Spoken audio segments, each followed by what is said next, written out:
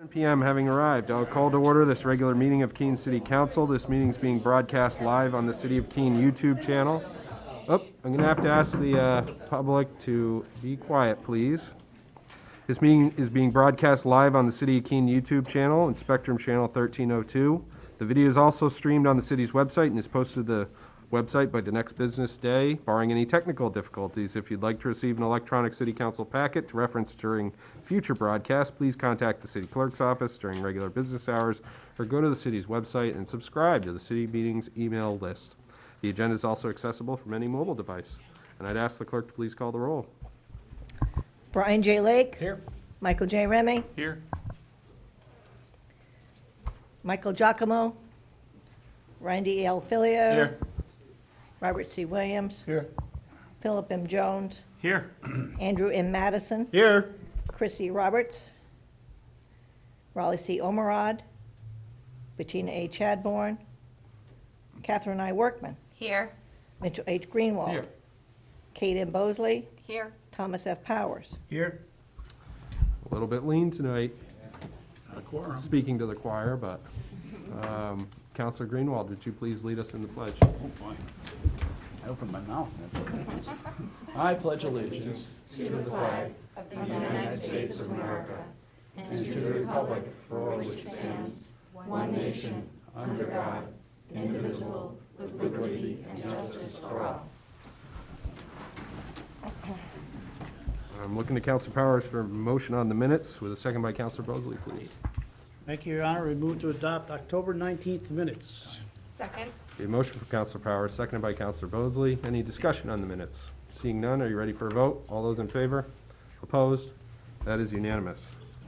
I have a couple of announcements. Tentatively, I'm going to schedule a special meeting of the City Council for a non-public session on Thursday, November 9th at 5:30 p.m.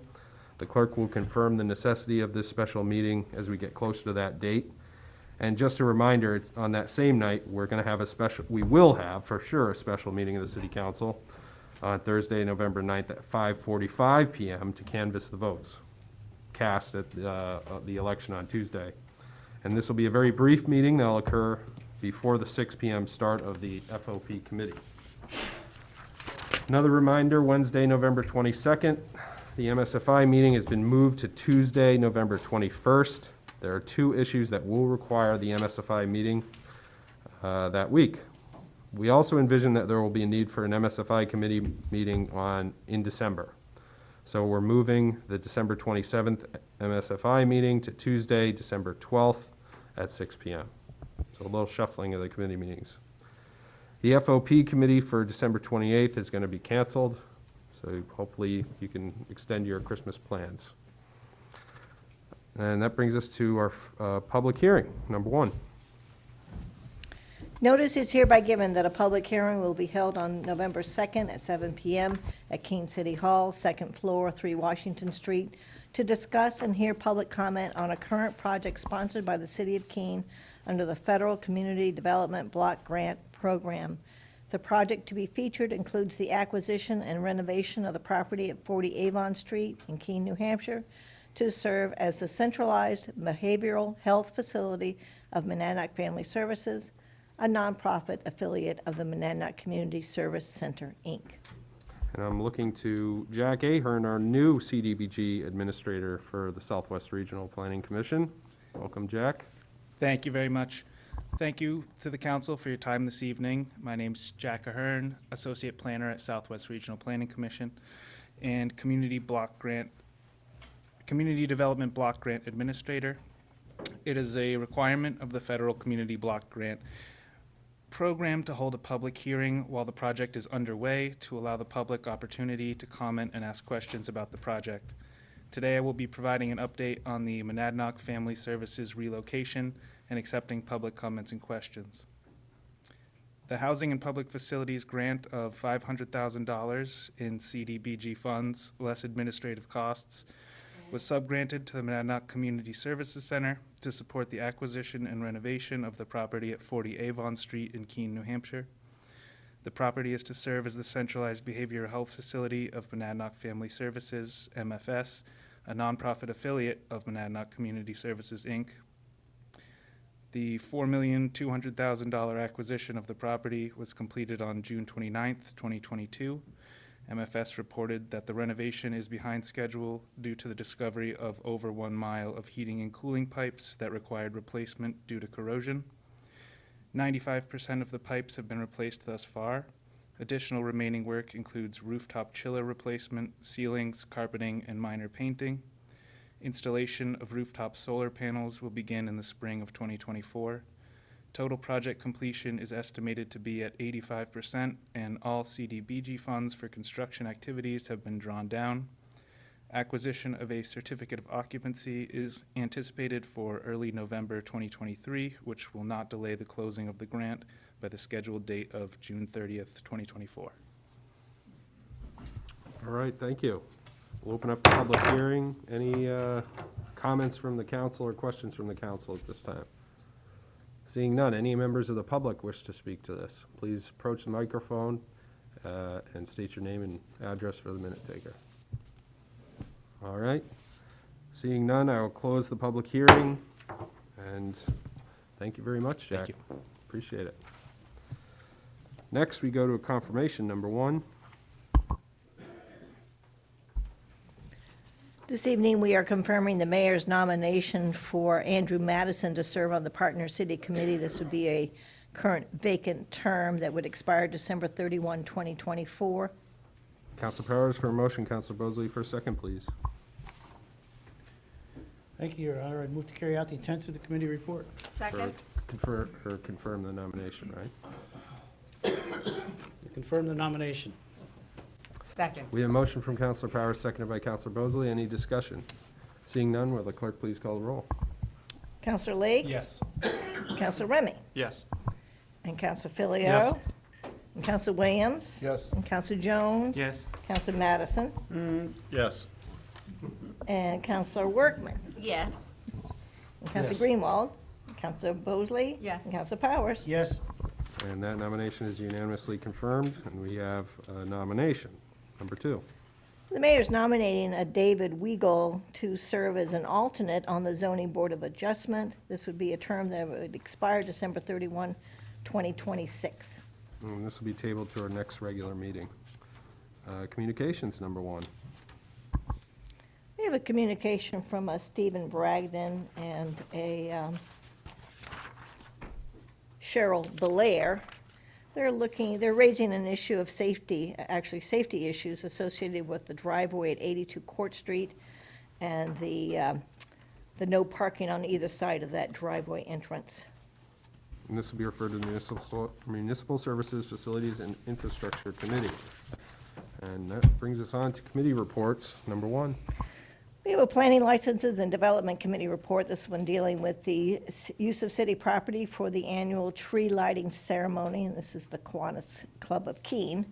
On a vote of 3-0, the Planning Licenses and Development Committee recommends the Keene Kiwanis Club be granted permission to use downtown city rights-of-way on Friday, November 24th to conduct the annual tree lighting festival, conditional upon the following: the furnishing of a certificate of liability insurance in the amount of $1 million, naming the city of Keene as an additional insured, the signing of a standard revocable license and identification agreement, looking for the petition to absorb the cost of any city services over and above the amount of city funding allocated to the event, and that they also agree to remit said payment within 30 days of invoicing, that the agreed-upon footprint and layout for the event shall encumber Central Square, including the travel portion of the road requiring the following road closures: Central Square, West Street at Central Square, Roxbury Street from west of the Hannah Grimes parking lot to Central Square, Washington Street from Vernon Street to Central Square, and Court Street from Winter Street to Central Square. The petitioner is permitted to place porta potties in city parking spaces located at the base of Washington Street from Wednesday, November 23rd to Monday, November 27th, which will be chained together and affixed to ensure they are not vandalized while unattended overnight. The actual event will be held from 5 to 8 p.m. with the times for setup and cleanup to be established by staff. Free parking is granted under the provisions of the free parking policy for the following: use of the spaces with dates, times, and locations to be determined in coordination with the parking division. for volunteer parking during setup activities, use of up to 4 spaces on Washington Street from Wednesday to Monday for placement of materials, and spaces within the event footprint on the day of the event. Said permission is granted subject to obtainment of any necessary licenses or permits and compliance with all laws and compliance with any recommendations of staff. All right, Counselor Bosley for a motion, Counselor Jones for a second, please. Move to carry out the intent of the committee report. Second. We have a motion from Counselor Bosley, seconded by Counselor Jones. Counselor Bosley. Thank you, Your Honor. So this is our annual request from the Kiwanis for their tree lighting ceremony. Our committee was excited to see it back. It's going to be held on November 24th. Santa will be joining us again this year, which is really exciting, and we're hoping for great weather so that we can all get out and enjoy this event. Any discussion? Seeing none, are you ready for a vote? All those in favor? Opposed? That's unanimous. Number 2. Planning Licenses and Development Committee report relative to a request from the Keene Snow Riders for permission to run snowmobiles in the right-of-way along Criff Road from the Ashwillet Rail Trail to Winchester Street. On a vote of 3-0, the Planning Licenses and Development Committee recommends the Keene Snow Riders be granted permission to use the following locations on city property for a snowmobile trail. The right-of-way along the north side of Criff Road from Criff Court to Winchester Street.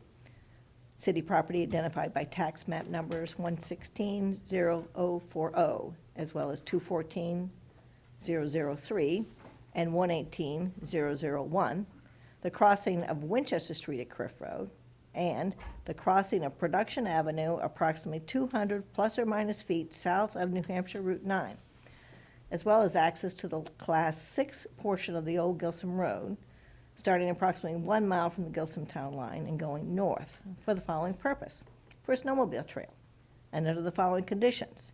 Said use shall commence on December 15th and expire on March 30th of 2024, and is subject to the following: the signing of a revocable license and indemnification agreement, submittal of a certificate of insurance in the amount of $1 million, naming the city of Keene as an additional insured. Snow riders will be responsible, including the cost, for the installation and maintenance of all signage markings, which will be in accordance with the snowmobile trail standards published by the New Hampshire Department of Business and Economic Affairs, that all signage markings installed shall be removed from the city right-of-way and city property when there is no longer any snow cover. No structures, including buildings, shelters, lights, displays, walls, etc., shall be permitted within the city right-of-way or on city property. No parking of motor vehicles or trailers, no catering services of any kind shall be permitted within the city right-of-way or on city property. Grooming shall not extend outside the right-of-way of Criff Road. Snow windows shall be groomed to provide adequate sight distances and a gentle sloping approach at all road and driveway intersections. No part of the city street, meaning the paved surfaces may be used by off-highway recreational vehicles or their operators for any purpose other than direct crossing, and Keene Snow Riders shall be responsible for the repair of any damage, including cost, and the city right-of-way and property shall only be used when there is snow cover. Counselor Bosley for a motion, Counselor Jones for a second, please. Move to carry out the intent of the committee report. Second. A motion by Counselor Bosley, seconded by Counselor Jones. Counselor Bosley. So again, this is another annual request that we've seen come before us every year. This organization does a great job helping maintain our trail systems, and we've had no noted issues with them in the past, and we were happy to send this forward. Thank you. Any discussion? Seeing none, are you ready for a vote? All those in favor? Opposed? That is unanimous. Number 3. A short committee report. Thank goodness. I got one. Planning Licenses and Development Committee report relative to a call for action from Chuck Redfern for drug abuse in public spaces. On a vote of 2-1, the Planning Licenses and Development Committee recommends the city manager be authorized to submit a letter to Senator Fenton requesting that he initiate legislation that would expand the geographical area of a drug-free zone to include public parks, with emphasis on restorative rather than punitive justice. Motion from Counselor Bosley, please, with a second by Counselor Jones. Move to carry out the intent of the committee report. Second. We have a motion from Counselor Bosley, seconded by Counselor Jones. Counselor Bosley. So this one is one that I was the dissenting vote on, and I recognize that my fellow committee members want to have a full discussion here.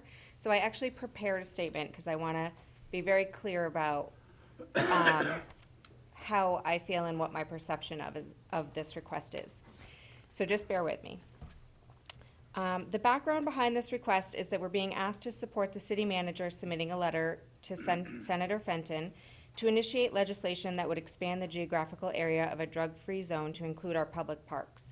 I want to start by expressing my thanks to Mr. Redfern for bringing this matter before our committee. I see the spirit of his request, and I recognize that Mr. Redfern is only trying to help move our community in a direction that would create a better environment for our children and our park patrons. There was a lot of conversation at the committee level concerning the effectiveness of the request, and we heard testimony from Representative Newell and Councillor Williams in regards to the issue before us that outlined some of my concerns. Representative Newell explained in her own words that all of these challenges are compounded by the lack of available services and resources. So if the law was enhanced, she thought it would lead to enhanced punitive penalties because mental health services aren't readily available. She explained that the latest Diagnostic and Statistical Manual on Mental Disorders of the American Psychiatric Association says that addiction is pursuing substances despite negative consequences. So enhanced punishments could have the opposite effect of helping individuals out of addiction.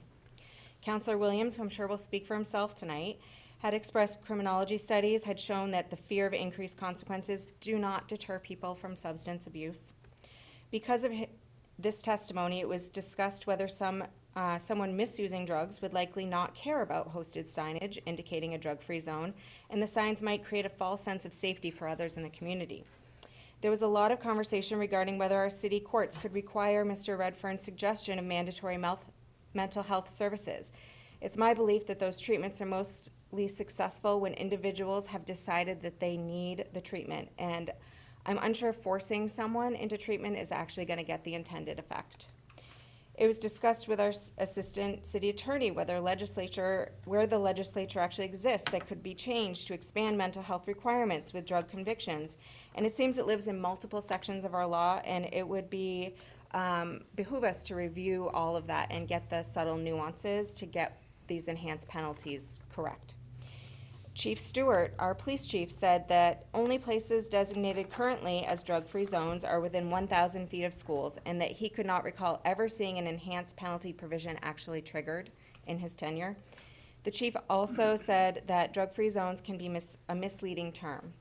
Someone under the influence of drugs would most likely not be prosecuted.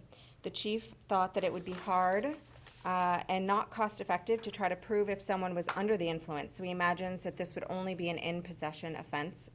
And we also discussed the current process of our drug court system as an option when an individual is being seen in the court system for substance abuse issues.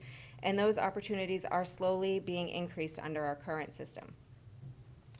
The bigger discussion that needs to happen here tonight at this council is how to be clear on what we're asking Senator Fenton for in this change, so that it becomes actually effective for drug users.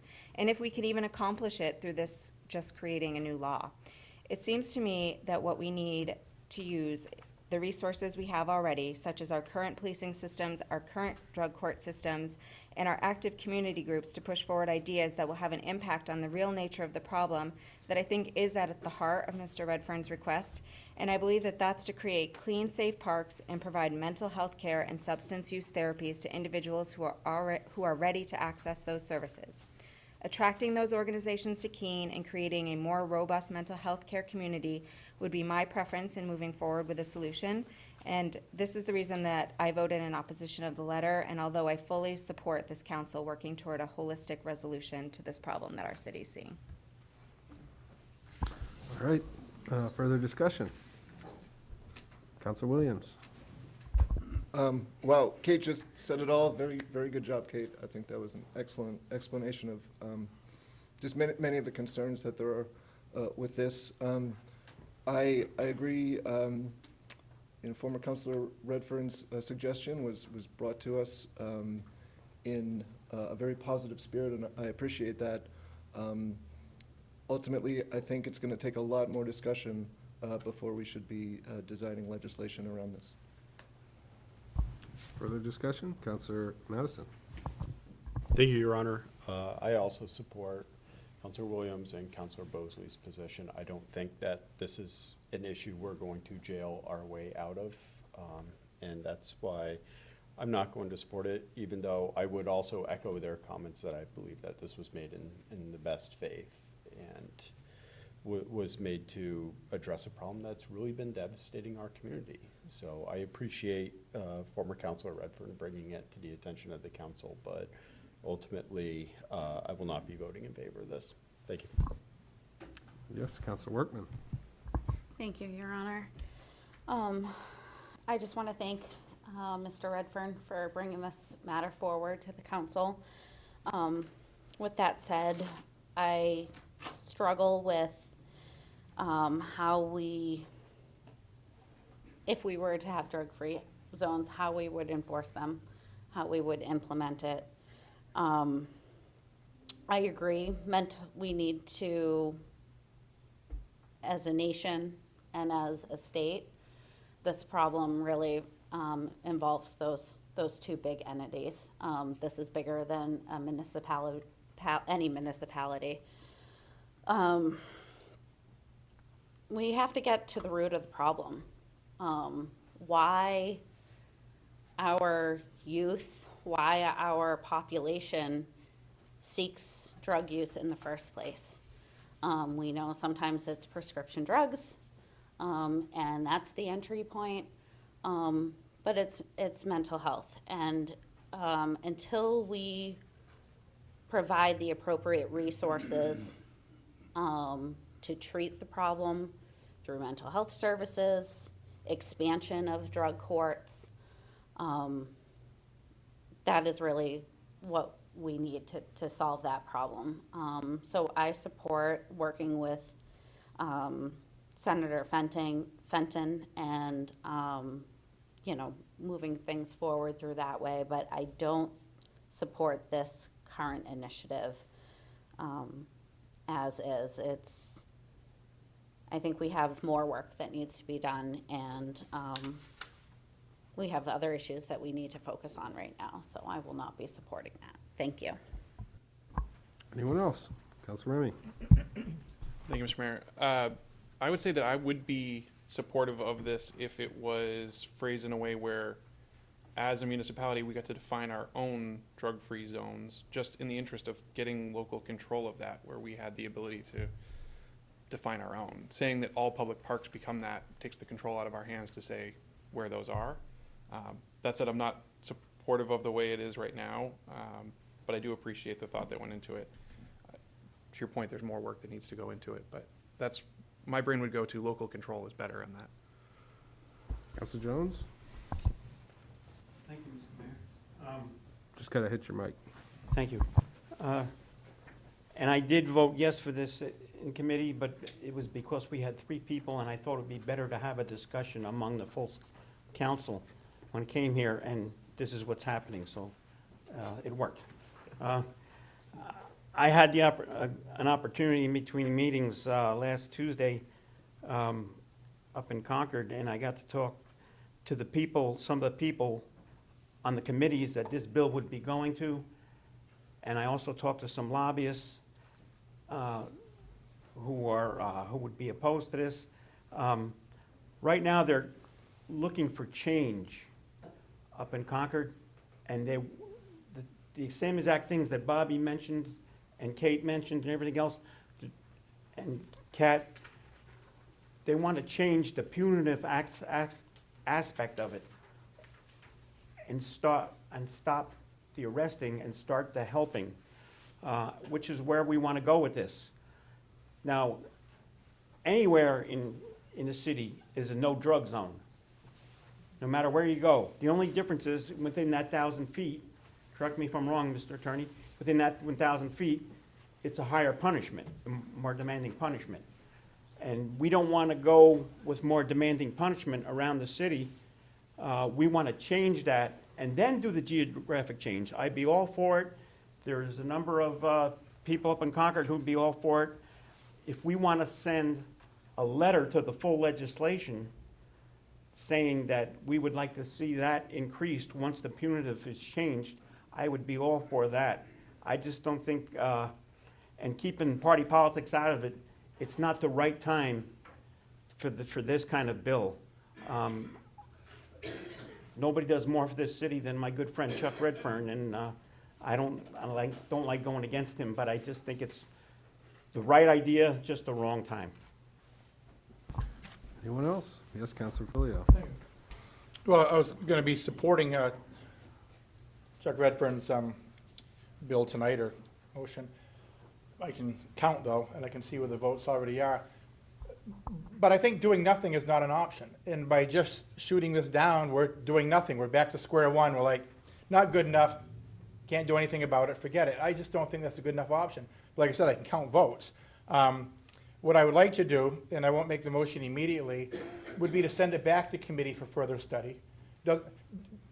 Doesn't have to be, immediate, like in 2 weeks, we need to come up with a solution. Send it back to committee, discuss this further, because this is too important of an issue just to say no and move on. Yeah, obviously there were some holes that need to be discussed and patched up, and some, I's dotted and T's crossed. But once again, I've always said silence is never an option, and doing nothing is not an option. So at the very least, send it back to committee, so maybe we can tighten this up and get enough votes to pass it.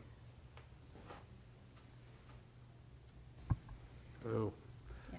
So the legislative deadline has passed, I guess, and so there is a time sensitivity to this whole thing, as I understand it. Yeah. You want to explain Yeah. more? Sure. So opportunity for both the House and the Senate to submit legislation has passed. But I had talked to Senator Fenton because I knew this conversation was in the works, and he put in a placeholder. But it's just to get us through this meeting tonight, to determine if there's interest in moving forward with changing the drug-free zone. So something would have to be for next year if you wanted to kick it back. Well, if he put in a Placer, LSR. yes. He put in a confidential placeholder without Oh, a okay, name. all right, I Yes. got you. All right. Go ahead. So just to address Mr. Filio's, or Councilor Filio's concerns, we did discuss at PLD that this is not something we want to let go. And I spoke with the city manager, and I asked about the potential for an ad hoc committee. And, we could see we've seen the weight that we've put on to our staff recently with the different ad hoc committees that we've initiated and getting all of that work underway. There is a committee that meets that we did speak about that, I don't know if you can tune up what it's called. Go ahead. So there's several committee that meets, but there's a committee, a task force that we have created across the organization that meets every other week. And then we have a task force that meets with SES right now about the winter. And then there's a homeless coalition. So there are several groups already meeting on subjects that, there are several groups that meet on this subject already. The subjects tend to cross over. So we have, I have a city manager task force that's made up of department heads across the organization who are dealing with this issue right now. And then there is the Homeless Coalition, which meets with all the regional partners. That meets once a month to talk about homelessness and services. And we are currently also working on the implementation of the last ad hoc committee created, which was the Housing Stability Group, and the recommendations that came out of that group as well. So I think we can all agree that this is an issue that our East Keene friends have been bringing before us. This is an issue that, as parents, we're seeing on our playgrounds. This is an issue that is not going away. We're seeing it crosses over into many different boundaries. It crosses over into the homeless world. There's a mental health component. We have community partners here. And I don't think this conversation is going to end at this meeting tonight. I think that I made it clear to the city manager that I want to get some progress made and some ideas happening. and maybe its own committee is not the right place for it, but we have these other resources available to us, and we need to utilize them, and we need to get these partners in a room together. We need to be talking about how we can promote more sober housing, how can we promote more mental health resources, what are the new changes that are going to be happening at MFS going to bring into the community for resources, where is the Serenity Center in all of this. And I think that these things are naturally going to happen, and it is within our power to ask for updates on this. And I hope Councilor Filio will bring it up again so that it doesn't get forgotten. And I will myself as well. But I just don't see this particular legislation as the solution. I think it's going to be more homegrown. City Manager. I just wanted to add one more update. So I am getting ready to give an update to the MSFI committee at the next meeting about a lot of these things, and I have been talking about the Opioid Abatement Commission. So that is where the settlement funds are being distributed from, so the money that's been coming into the state from all of the opioid lawsuits. And so I do have the fortunate role of being on that commission. And right now, I have been advocating for supportive housing in our region, in rural communities. And at the last Opioid Abatement Commission meeting, they were moving in a direction of $10 million potentially a year of funding going towards supportive housing. And so I do think we are doing that. In addition to that, we've had many conversations with Serenity Center and with the Doorway. And they are working with us and supportive of the initiative I'll be bringing forward at the next committee round for the KPD social worker. So the police department social worker, which is focused on this issue, which is following up on calls that are drug-related, which could be a homeless call, it could be could be a domestic call, but following up with those individuals after the police have left and trying to connect them to services. And so that is a proactive approach that we have been working on for about a year now, waiting for some funding to become available, and that is also moving forward. Anyone else? Councilor Greenwald. Okay, maybe I'm really looking at this a little differently. You're all looking at the big picture, funding, homelessness. I'm just looking at parks, drug-free zone. What is so complicated about this? Whatever mechanism and thinking there is for a drug-free zone anywhere should apply to a park. Just pretty simple. And don't worry, there's still, how many state reps up there? 4,000 or something? By the time they're all done scrambling with this, maybe they'll water it down, but at least I think we need to communicate that it's an issue that we feel is important.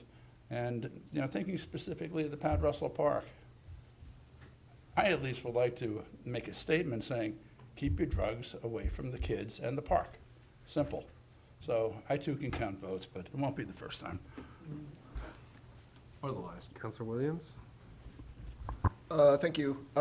Just with respect to the concept of a drug-free zone, there have been quite a few studies over the years, and it's just not a particularly effective concept. Maybe it's a feel-good solution to people who are concerned about drugs in our community. But what it ends up being is just layering more layers of punishment when that's really not an effective way to deter the behavior. The more effective way to deter the behavior would be to have a police presence in the parks, and we are doing that.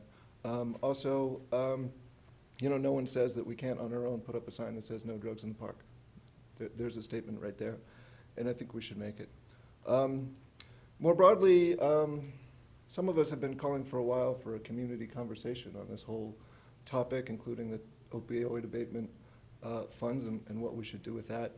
And I understand it's a heavy weight to ask the city to sponsor that, but I do hope that we can find perhaps a nonprofit partner or someone who is willing to facilitate that conversation with city participation and with the participation of the whole community, including some of the people who have been really most affected by drug use in our community. and who are in recovery, and we need to hear their voices, and we need to understand what the needs are. Counselor Jones? Thank you, Your Honor. About 3 years ago, I had the honor of being an MC for a drug summit, a drug abuse summit put on by the Healthy Monadnock Alliance. And our guest speaker there was Johan Hari from the United Kingdom, who came over, and his whole speech was about punishment, treatment, not punishment. And that's the way we should be going. And that was attended by over 200 people. It was also sponsored by the Chamber of Commerce. And if you felt the room that day, everyone understood, yes, he's right. They need treatment. Punishing them just brings them back to drugs. And that's what we're trying to get away from. Yes, we can say parks are drug-free zone, but as I said before, they already are a drug-free zone. Just changing the punishment isn't gonna do anything. I think we should move in the direction that our community wants to move in, get some input from the Monadnock Healthy Alliance, and move in that direction. Thank you. Anyone else? Seeing none, are you ready for a vote? All those in favor? Opposed?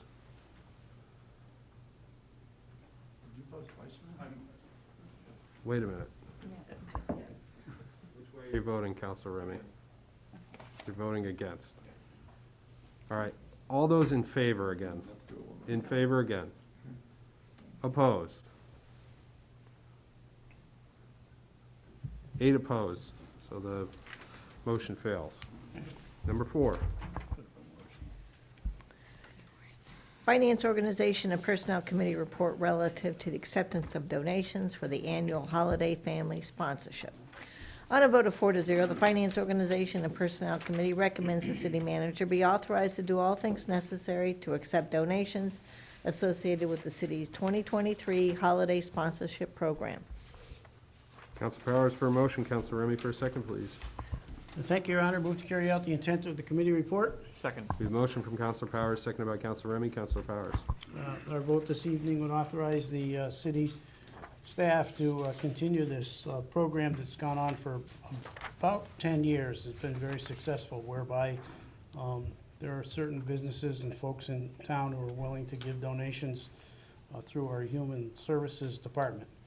And essentially what's going on is they would get gifts, particularly gifts that could go to youth and seniors who wouldn't be able to afford a gift, or if they wanted to give a gift in their family, they'd probably have to take it away from food or cost of gas or fuel or stuff like this. So it's a perfect program. It's well received. I'm told that sometimes that hallway out front can be filled right up, or people are just sliding things under the door for different folks to use under the program. So we voted unanimously in the committee to recommend that the city council do the same. I hope you all will. Thank you. Thank you. Any discussion? Seeing none, are you ready for a vote? All those in favor? Opposed? That is unanimous. Number 5, and we're going to have to vote on these separately, unfortunately. Finance Organization and Personnel Committee report relative to 3 Homeland Security grants. On a vote of 4-0, the Finance Organization and Personnel Committee recommends the city manager be authorized to do all things necessary to apply, accept, and expend the 2021 Homeland Security Grant Program for a hazmat Frisker equipment grant in the amount of $2,000. On a vote of 4-0, the Finance Organization and Personnel Committee recommends the city manager be authorized to do all things necessary to accept and expend the 2023 Homeland Security Grant Program, this one for hazmat equipment grant in the amount of $60,715. On a vote of 4-0, the Finance Organization and Personnel Committee recommends the manager be authorized to do all things necessary to accept and expend the 2023 Homeland Security Grant Program, this one for CBRNE equipment. The amount is $157,920. Council Powers for the first motion, Counselor Remy for a second, please. Thank you, Your Honor. I move to carry out the intent of the committee report. Second. We have a motion from Counselor Powers, seconded by Counselor Remy. Counselor Powers. Thank you, Your Honor. So overarching of all three of these votes we're going to take are part of the Keene Fire Department's hazardous materials teams. The city is one of 9 teams throughout the state. In other words, it's been regionalized so that every department, every city and town doesn't have to have their own. And when you do that, you pull together the opportunity for bulk purchasing, bulk training, and keeping all the equipment up to date. So essentially, these 3 are bringing the existing equipment up to date or being replaced because it's outside its usefulness, or equipment has been improved, make it much better. And part of the last one we vote on is some training time. Radiological meter, gas meters, flammable gas meters, vapor meters, and toxic meters. FOP voted unanimously on this particular one. Thank you. Any discussion? Seeing none, are you ready for a vote? All those in favor? Opposed? That is unanimous. Counselor Powers and Counselor Remy for the second motion. Thank you, Your Honor. Move to carry out the intent of the committee report. Second. We have a motion from Counselor Powers, seconded by Counselor Remy. Counselor Powers. And this is the one for $60,715, and these are the gas meters. Any discussion? Seeing none, are you ready for a vote? All those in favor? Opposed? That one is unanimous. And for a third time, Counselor Powers and Counselor Remy. Thank you, Your Honor. Move to carry out the intent of the committee report. Second. We have a motion from Counselor Powers, seconded by Counselor Remy. Counselor Powers. And this is the larger of the 3, $157,920. A lot of expensive equipment, but you can't really do the job without it. So we'd like to see the council approve this unanimously also. Thank you. Any discussion? Seeing none, are you ready for a vote? All those in favor? Opposed? That one is also unanimous, which brings us to number 6. Finance Organization and Personnel Committee report relative to a place of assembly permit and a recent charge by the fire department. And I'm going to be sending this back to committee to allow the petitioner to be present. Number 7. Finance Organization and Personnel Committee report relative to the Downtown Infrastructure Improvement and Reconstruction Project.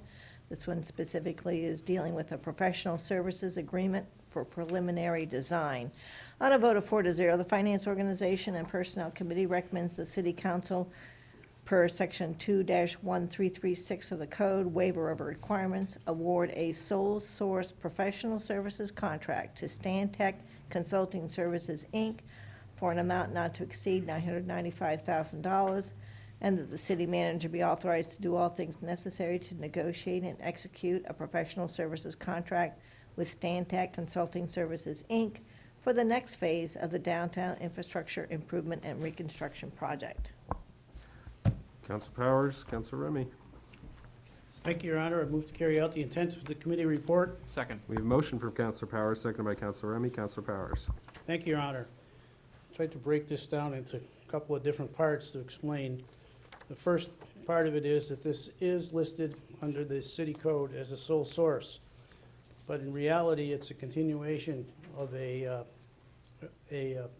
contract that's already gone out. And when the RFP was put out, this was not a sole source right from the beginning.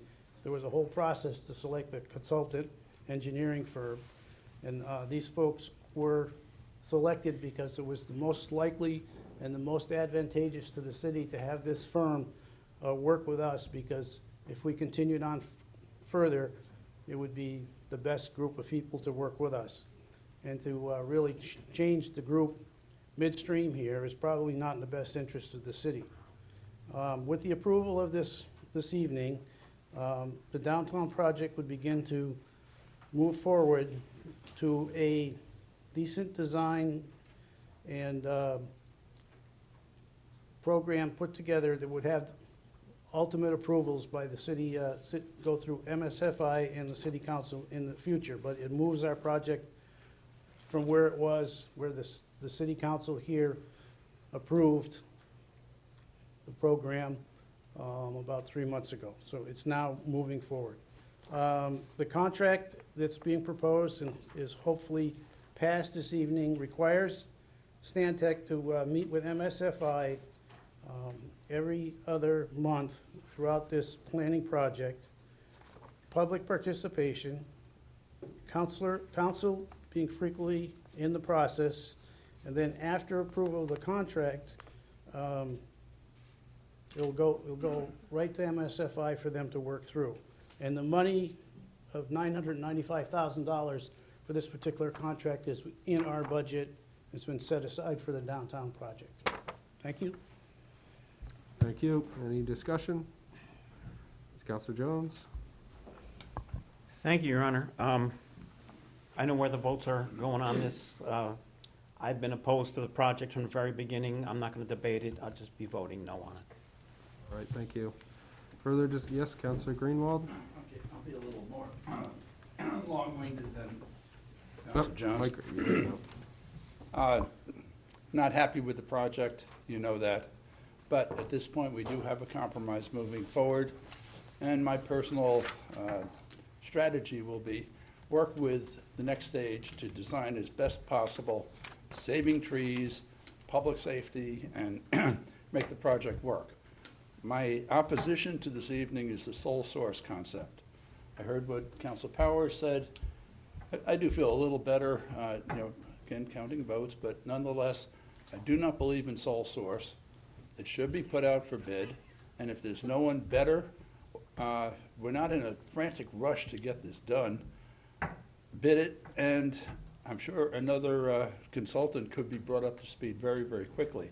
I asked the question, who owns the work product? Meaning everything that's been done so far. The city does. So it's not like starting off with a clean piece of paper. They're already working with what's going on. I feel a lot of what occurred could have been avoided. And maybe I'm going to blame the consultant for this, that it just really didn't work all that well. And I'd like to see if there's someone else that could work better on the second phase. Anybody else? Counselor Workman? Thank you, Your Honor. I'm going to support this. I believe we've been working with Stantec thus far. I think at this point in the game, they have a good understanding of what we want. It may have, it's up for debate how long it took to get us there, but I do have faith that Stantec understands our needs, wants, and desires as a city and as a city council. And I think we have a compromised plan, and approving this right now just continues moving forward on that plan. And I think at this point, it's been such a contentious project that we really have to stop looking at all the past issues and just move forward, and this will allow us to do that. So I'm voting yes in support of this. Thank you. Counselor Pretty Finn? much just going to be echoing what Councilor Greenwald said. There's no secret to how I felt from this project from the beginning and how it's been handled, but, I'm not going to go down that road again. I've made my comments on it, so I'll just be voting no tonight, and thank you. Thank you. Any further discussion? Seeing none, are you ready for a vote? All those in favor? Opposed? 3 opposed. The motion carries. And I just want to say on that issue, this whole community went through it was such a challenge, probably the biggest challenge of my tenure as mayor, at least as far as a community conversation to get to a decision. And I think what we're feeling now are some of the ramifications of a compromise, where I don't think there's one person who's 100% happy with the outcome, but I commend the community, I commend all of you for reaching a decision. And if you would take a bit of sage wisdom from an outgoing mayor, just keep going, don't look backwards, and fight for your opportunities to weigh in on the process ahead. Because there's a lot more work to be done, and that's where your efforts as city councilors and as members of the public is really going to be the most valuable. This is going to be a very difficult thing to get accomplished and built. That's the hard part, believe it or not the planning. And so I think if we come together as a community, eyes forward, again, fight for what you believe in, fight for your opportunities to continue to weigh in and steer the process, but let's all look ahead. And I just offer that up as my sort of outgoing comments on that project. Okay? Thank you. Number 8. Finance Organization and Personnel Committee report relative to a LWCF grant. This is round 33, dealing with the skate park.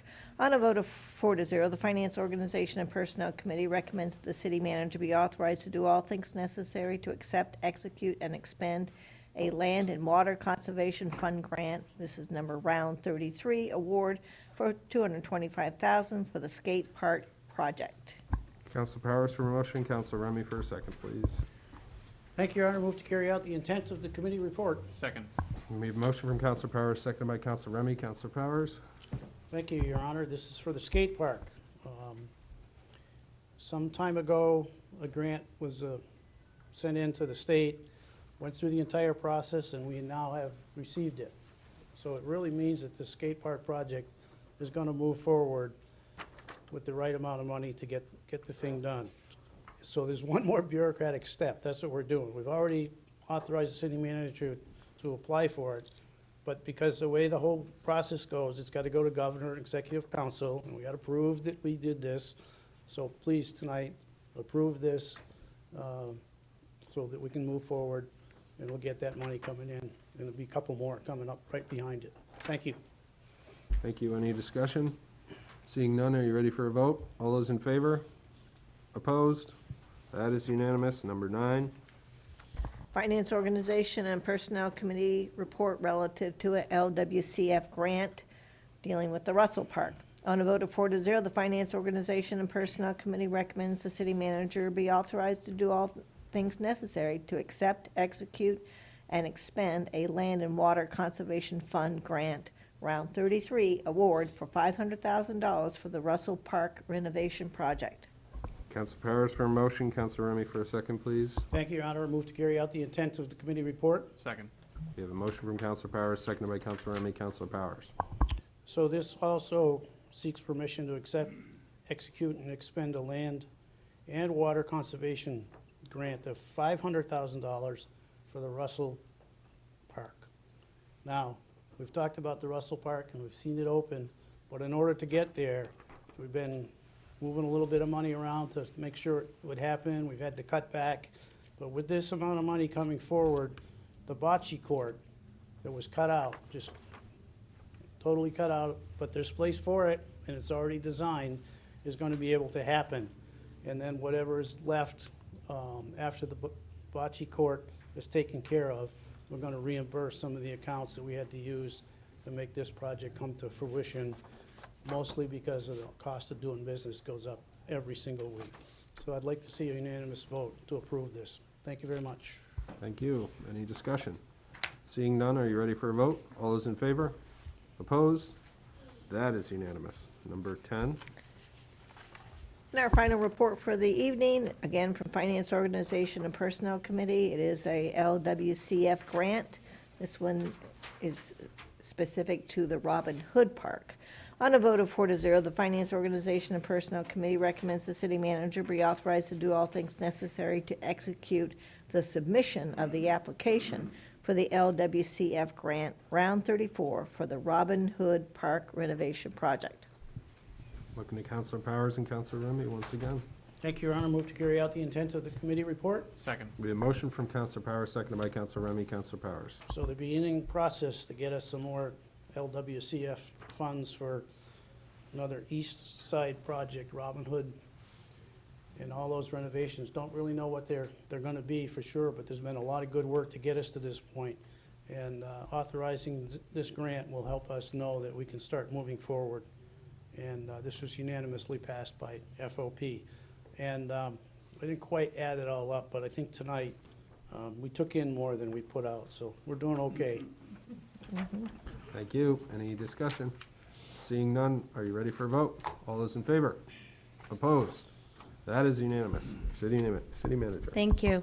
Yeah, I wanted to recognize Andy Bohannon, our Parks and Rec Director, Facilities Director, because he's done an amazing job with these projects. If you'll remember, he got the funding for the facility improvements at the Recreation Center. He made the project work for the Pat Russell Park by moving things around and then applying for additional funds, and now he's already, and we haven't even decided on the design, lining us up for potential funds for Robin Hood. So really kudos to him and bringing in those dollars to help us get these projects done.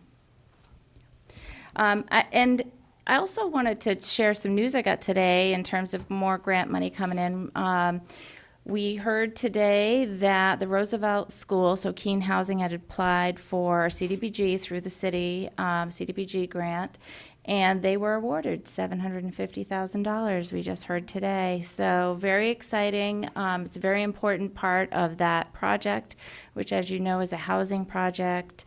And it's a much-needed housing project. It's the first phase. They've raised, with that grant, over $2 million for that project. So really good news.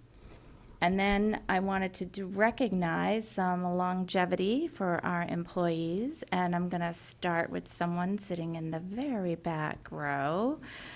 Mr. Court Blomquist, our Public Works Director and Emergency Management Director, reached his 30-year mark this week on November 1st. That, I think, deserves a round of applause.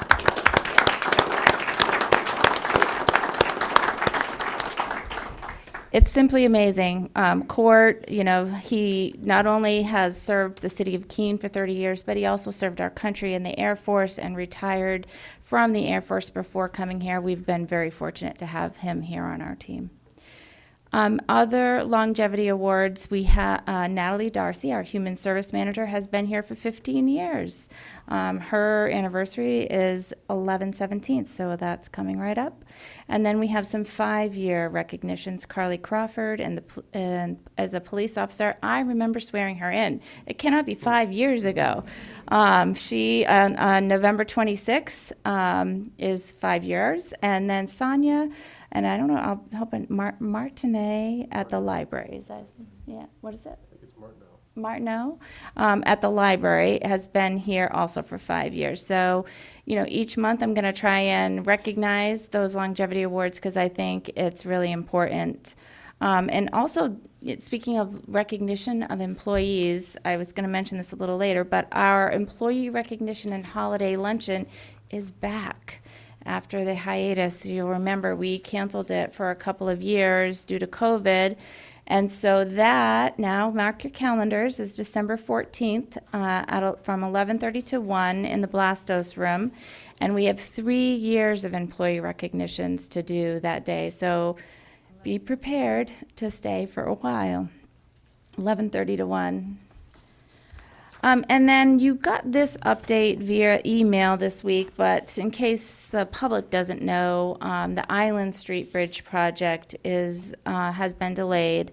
We were expecting it to be done the end of December, and it was actually December 22nd.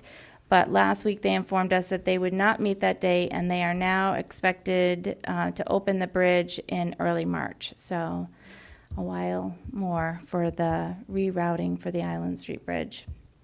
And then some really good news also I wanted to share. I got an update about our solar energy use, a report of savings from our solar projects on our Public Works building, our police station, and at the airport, which is connected to wastewater treatment plant.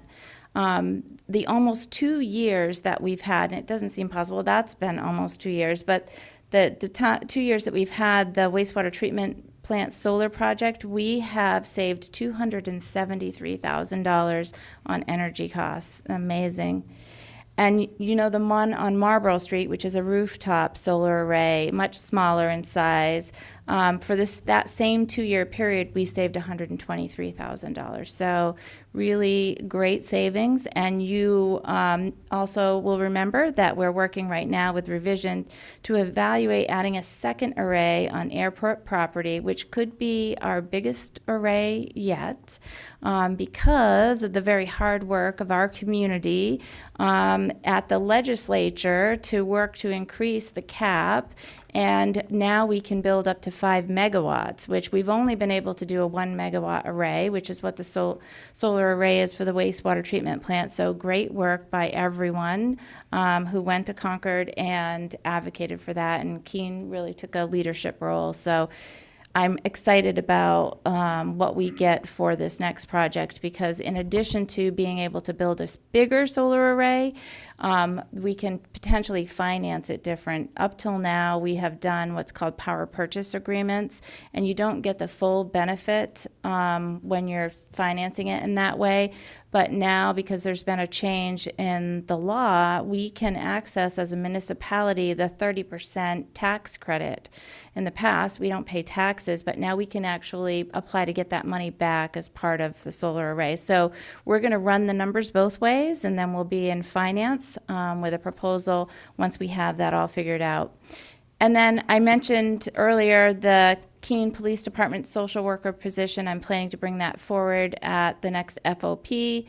I'd waited as long as I could for an opportunity through the Opioid Abatement Commission to apply for funding, but I'm thinking that that's going to be a very successful initiative, and we might be back to the Opioid Abatement Commission for any additional expansion of need related to it. So I don't think we're totally out of the loop. And that is all I had. Okay. Thank you very much. So we had one item for more time, and more time will be granted, which brings us to ordinances for a first reading. Number 1. A memorandum from the Purchasing and Contract Services Manager, which introduces ordinance O 2023-15, an ordinance relating to purchasing. This will be referred to the Finance, Organization, and Personnel Committee, and we have ordinances for a second reading. Number 1. Planning Licenses and Development Committee report relative to an amendment to the zoning map for 0 Ashwillet Street from high density to commerce. The committee is recommending the adoption of the ordinance. And we have ordinance O 2023-13, an ordinance relating to change of zone, 0 Ashwillet Street, high density to commerce. All right, looking to Counselor Bosley for a motion, please. Counselor Jones for a second. Move to adopt ordinance O-2023-13. Second. We have a motion from Counselor Bosley, seconded by Counselor Jones. Counselor Bosley. So this is a zoning amendment where we reviewed a change to zoning of a parcel of land on Ashwillet Street to a commercial zoning. This change would not diminish any opportunities to have housing in this area because we have recently updated the land development code to allow for residential housing above commercial, in the commercial zone, 4 stories and up. And it does expand opportunities on the lot, so we were all in favor and supported this. All right, any discussion? Yes, Counselor Williams. This will probably pass, but I'm going to vote against it. I've been against this project all along. I just don't think it's as sustainable as we wish it was. Yes, it's nice to have more park space. It's nice to have river access. But that is a location in our city which is very centrally located, which, 40 or 50 families could live in apartments there. And, they'd have the Ashwillet River as their front yard. Instead, we keep pushing development to the edges of our community. Not long ago, we voted to reduce the minimum lot size from 5 acres to 2 acres in the rural zone. And there was a lot of opposition to that. People said, you're changing our community. You're changing the nature of this area. And how can we ask people in the rural zone to put up with that kind of change if we're not willing to build in our most densest center of our city? And I'm really kind of disappointed. There's been a few, I would say, property decisions made over since I've been here, and even before that, where we just haven't taken the opportunity to build housing in areas where it would really be a good idea. The Findings property is one example of that. Instead, we're building onto Pat Russell Park, which is good, but doesn't solve our housing needs.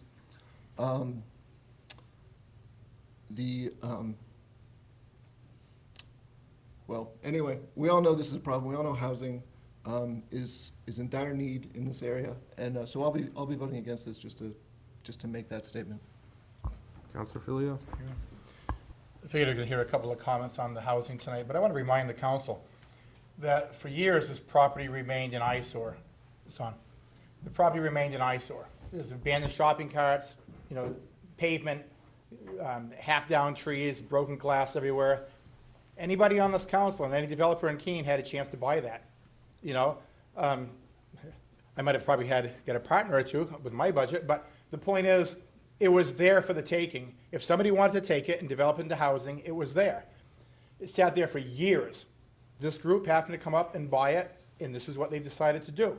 So I'll remind the councilors, if you ever see an abandoned lot come up and you want it to be housing, buy it. Okay, further discussion? Seeing, yes, Counselor Jones? Yeah, this goes against my grain, but I will be supporting this. Usually, I don't look at what people say are gonna go there, but Counselor Giacomo kind of talked me into it with his statements at the committee meeting. And I am just hoping we don't get burnt on this.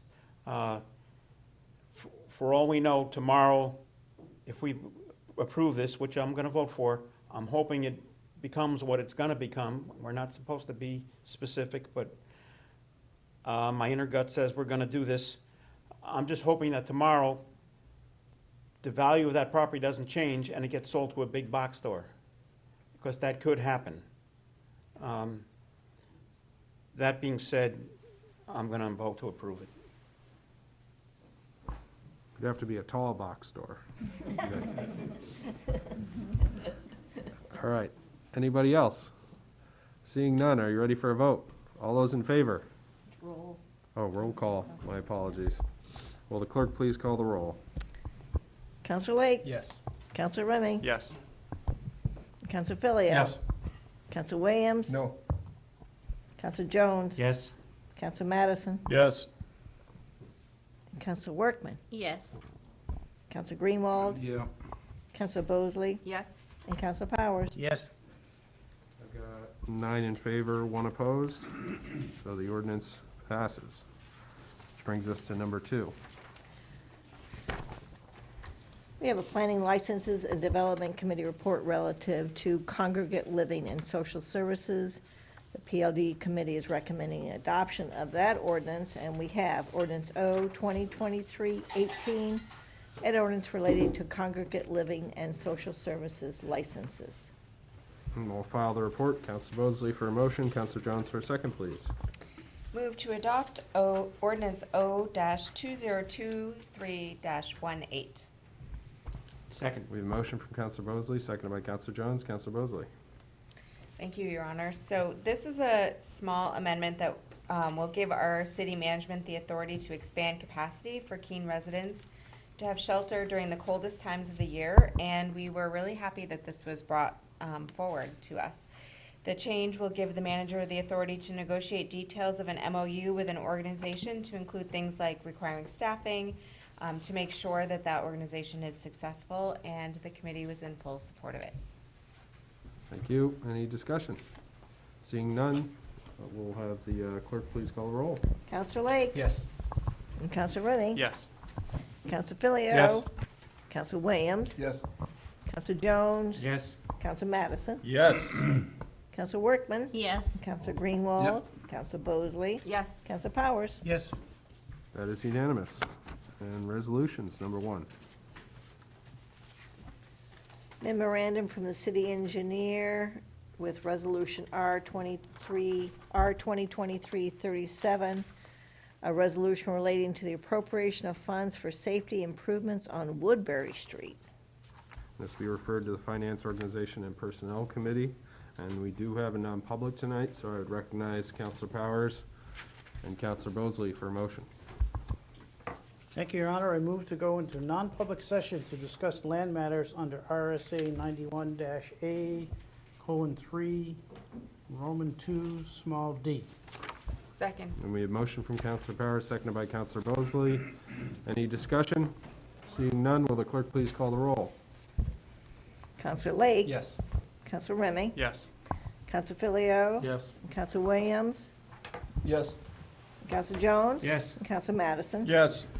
Counselor Workman? Yes. Counselor Greenwald? Yes. Counselor Bosley? Yes. Counselor Powers? Yes. And that is unanimous. I want to thank everyone in attendance tonight and watching at home. We will adjourn to a non-public at this time. Andy and Matt.